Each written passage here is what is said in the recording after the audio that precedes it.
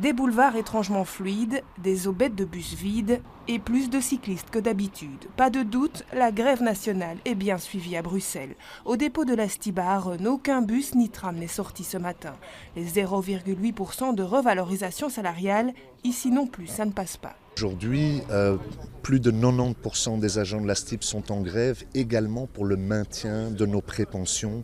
C'est juste inimaginable de travailler jusqu'à 67 ans quand on conduit un bus, quand on transporte des vies humaines. L'important, c'est d'essayer de trouver déjà des postes de reclassement à la STIB.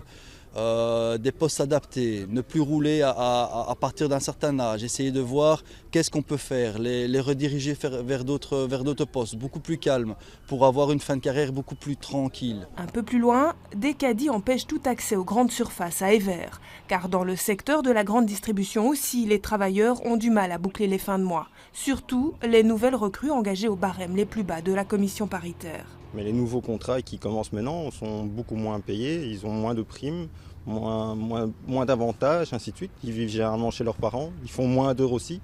Moi j'ai un 36 heures, j'ai un temps plein. Eux, ils ne font généralement 24 heures. On ne fait plus de contrat temps plein chez Deleuze, on travaille avec du temps partiel. Donc il faut pouvoir joindre les deux bouts avec du temps partiel, c'est déjà pas facile. Alors il y a une flexibilité énorme qui s'est installée, donc c'est devenu vraiment compliqué. Et personne n'est épargné, même si certains clients semblent avoir réussi à passer à côté de l'information.